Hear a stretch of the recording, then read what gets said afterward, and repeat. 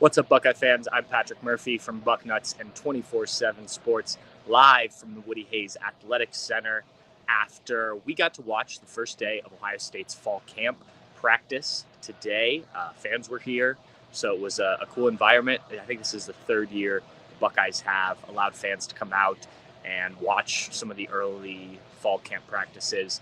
As you can see behind me, if you're watching this live on YouTube, they've done some changing to the Woody Hayes Athletic Center. Some new signage. There's more behind the camera here honoring Ohio State's national championships.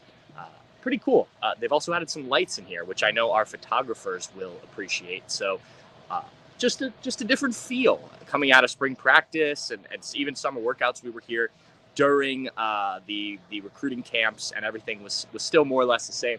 It's just got a brighter, more upbeat feel. Does that matter? I don't know. But we're going to get into what we learned, what we saw, what we heard from today, remembering that it is the first day of fall camp and there's still a lot to go. If you're watching this on YouTube, please hit that thumbs up button, turn on alerts, and make sure you get all of our video content. Not only will you get our podcast, but you'll get updates like this and our interviews. Steve Hellwagon is back behind me right now, uploading Ryan Day's video, which will be on our YouTube page. So you want to know when all of those interviews throughout fall camp and this season are live. If you're listening to this in any other platform, please, as always, 5-star review, leave comments. That all helps us out. So let's get into it. The first thing everyone I know will want to hear and talk about from this is quarterbacks. And I won't say there's not much to report because we did get to watch the entire practice. We did get to watch these guys throw. I will say that I come out of this feeling similarly to how I went into today. I thought there were good moments by each guy. Obviously, they are not live. Ryan Day talked after practice that while they did that in the spring, made the quarterbacks live at points, they will not be doing that during fall camp. They want to make sure they will go into the season with healthy. They do have some more walk-on quarterbacks. I don't know if we're calling them that anymore because technically the roster doesn't feature walk-ons. But there were some additions to the room, including another Stover, I believe the cousin of Cade and Garrett, if I have that correct. So a handful of guys out there, but obviously the main ones you want to hear about, Lincoln Kienholz, Julian Sand. Again, I thought they both had some good moments. We'll have more kind of breakdowns on Bucknuts. You can read about it in Dave Biddle's practice report. But look, I think this is going to be, as I've said all offseason, this is going to be an ongoing competition. I don't think one day was going to make or break. I will say Julian Sand, right down here, they had to move some of the practice inside because of the storm, but right down here had a nice sideline throw right over the top to Carnell Tate. Also had a couple where he missed, so it's still like finding that consistency. I thought similarly with Lincoln Kienholz, the way the Buckeyes did it, as they have in the past during early parts of fall camp, breaking the offense and defense, I should say, up onto two different fields. So you had Julian Sand, Tavian St. Clair on one field.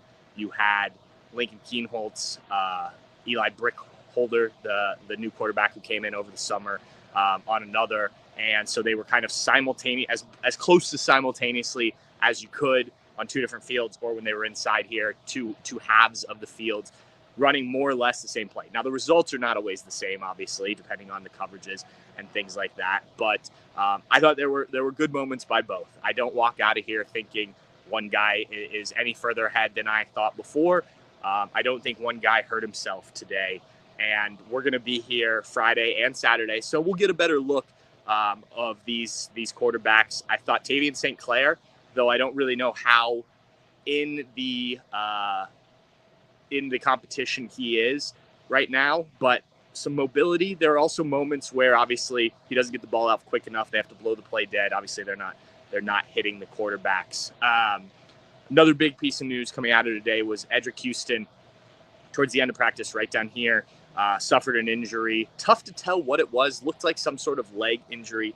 Didn't look super serious. I was talking to a couple of the other guys here who had a better view of it, and they were saying, they just moved the play up and continued to play on, and pointed out that was a sign that, if somebody really gets hurt, they usually take a minute to stop and do things. So unsure on exactly what happened with Edric Houston. It looked like they were looking at his right leg. Ryan Day was asked about it during his press conference afterwards, which again you can watch on our YouTube page on Bucknuts. Didn't have an update. Said he hadn't talked to the trainers yet. Was asked further about when you have an injury, like a couple of years ago, when Tyleik Williams goes down the first day of fall camp. Obviously, he was ready to go by the time things got going for the actual season. But when you have a plan, you've worked all offseason, all summer for a guy like Edric, and now you have an injury, even if it's short term and he has to miss some time, he's still missing important reps, right? And Ryan Day pointed back to last season and what the Buckeyes went through on the offensive line. And guys had to step up, right? And we all know how that plan played out. Different situation. You're not into the season yet, but you do need guys to step up. Last year, Ohio State had that sickness that went through the offensive line. Meant guys had to step in and play during fall camp. And probably was a blessing in disguise. And Ryan Day even said as much later in the year when you had to have guys ready to go. And so you hope, obviously, that Edric Houston can get back, that it's nothing serious, and he can be back out here as quickly as possible. But we have talked a lot about that depth at defensive tackle this offseason, right? So does this give an opportunity for some of those guys that are behind Edric Houston and Caden McDonald the opportunity to step up into a role maybe they didn't think they would be in right now? A Will Smith Jr., a Tywan Malone, those guys that we've talked about. Do they now, okay, I have this opportunity. I need to go right now. And hopefully it's a bit of an alert and gets them ready to go. Some other guys that just sort of popped for me today. Jeremiah Smith, I don't think we need to say much more, but it's hard to talk about this team, this offense, without talking about him. He had several impressive catches, just big physical. I mean, you're telling me that this kid's a sophomore in college. Obviously, we watched what he did last year, but Buckeye fans should be very excited for what's coming, regardless of who wins the quarterback job. But while we're in the receiver room, Mylan Graham was a guy, and I asked Ryan Day in the press conference, you have your three, obviously, with Jeremiah Smith, Carnell Tate. We assume Brandon Innes. It looks like that, but I continue to put Bryson Rogers in that mix. How much more of a rotation could you get? That hasn't been something the Buckeyes have done. And obviously, last season we saw the team focus more on slowing things down, maybe not running as many plays during the season in order to be ready for that postseason run. And obviously that works. So is there an opportunity to have a rotation at receivers when you have such talent out front? And Mylan Graham had a couple plays today that was like, man, that guy deserves to start, but just who do you take out, right? And so Ryan Day said, we're going to need those guys at points, maybe not week one when everyone you hope is healthy and ready to go against Texas, but even if it's just to get Jeremiah Smith or Carnell Tate or Brandon Innes, whoever it may be, out of the games, give them a break to allow them to stay healthy. Ryan Day is saying that. Now, saying that and doing it are two different things. We've seen that in the past with certain positions. You talk about rotation. Does it happen? We'll see. But I just think there is so much talent in that receiving room. And I know how good the guys at the top are. But a guy like Mylan Graham, man, I think he may force his way. Quincy Porter, we saw him in the spring. He had some catches in the spring game. I mentioned Bryson Rogers earlier. I mean, it's a who's who of talent. Max Clare is another one that popped for me today, had a couple nice catches. That tight end room, again, how many tight ends are you able to use this year? Because you've got Will Kazmarek coming back. You hope he has a healthy year. Bennett Christian, Jelani Thurman. Can this be a year, learning from a guy of sort of a more similar mold in Max Clare and what he can do? And then how does those guys fit into the overall passing game with those talented receivers we just mentioned? That's something that I'm interested to see how it all plays out as we go through fall camp and obviously into the season. Offensive line, more or less the same. Now, again, they were split for the most part between two fields. So it was rare, if ever, that we saw what I would say was the first team offensive line. But you see Ethan Onianwa, who's lost weight. I'll have a story up from the updated roster when I get home from this, kind of what's changed on the roster since we last saw the Buckeyes. One of the things is he's dropped a decent amount of weight. I don't remember exactly what it is off my head, top of my head, 20 pounds or so. And you notice it. You could see when he came out to the field, he just looked leaner. And he was a big boy when he came in. Ryan Day said that. There was going to be a need, and he even talked about this last spring, going to be a need for Ethan Onyanwa to drop some weight, and he has, and you can just tell he looks more the part of an Ohio State offensive lineman, similar to Josh Simmons coming in a couple years ago, and the transformation that he made. Obviously, he came in the summer. Ethan Onyanwa came in January, so he's had more time in the program. But it does look like he could still be the left tackle.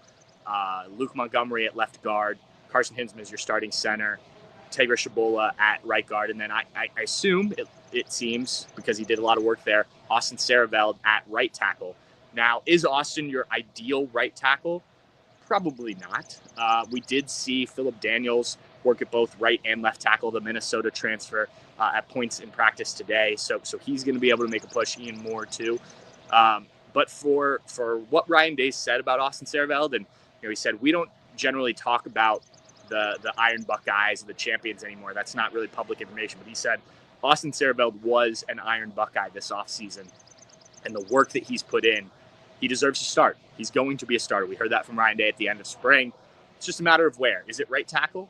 Is it over one of these other two at guards? Well, the nice thing is that he can play either position, and as Ryan Day said, he's comfortable with either position, which is key, because you don't want to just have to pigeonhole a guy into a position just to get him on the field that maybe he's not completely comfortable in.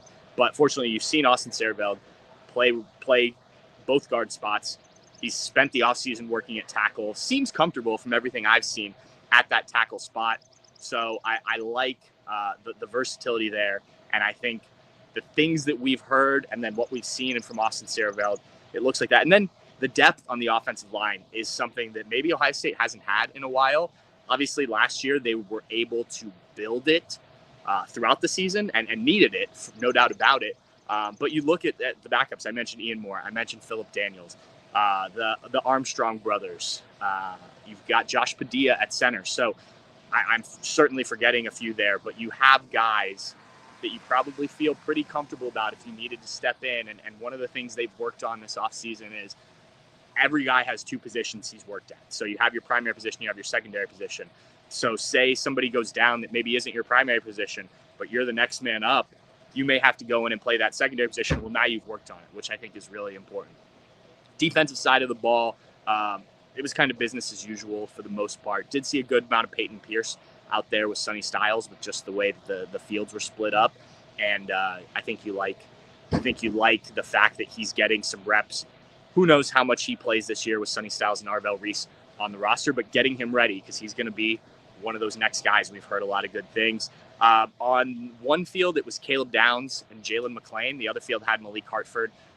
So tough to read into that, but I do think that putting Jalen McClain, who sort of played more often than not closer to the box, Caleb Downs was a bit more of the deeper safety. I do think that is maybe a sign if you want to read into the first day. But I think that competition is going to continue to play out. I would not be surprised, as I've said before, if both Jalen McClain and Malik Hartford are playing a good amount this year, at least kind of that first half of the season until maybe something changes. So yeah, I think the key thing is this first day, no pads. There's still a lot that will have to be sorted out with this team, but here we are. We're off and running. As I mentioned, we'll have plenty more on Bucknuts. We already have Dave's practice report up. Ryan Day's press conference will be up shortly, if not already, and we'll have plenty of other stuff from today and beyond. Here it is. We are into the 2025 football season. That national championship is now in the past. The Buckeyes have to look forward. Week 1 against Texas. I hope you're ready for the ride, because I know I am. Thank you, guys, and we will talk soon. In fact, tomorrow, after we get done here, we're going to do Dave, myself, and I think Steve Hellwagon are going to do a more extensive breakdown of what we saw and heard from the first 2 days of practice at the Bucknuts Happy Hour. So look for that tomorrow afternoon, Friday afternoon, and yeah, should be good. Should be good. Thanks for tuning in, guys, and we will talk to you soon. Again, hit that thumbs up button. Continue to get our stuff on YouTube, because it's going to be a fun ride. Thanks again, guys.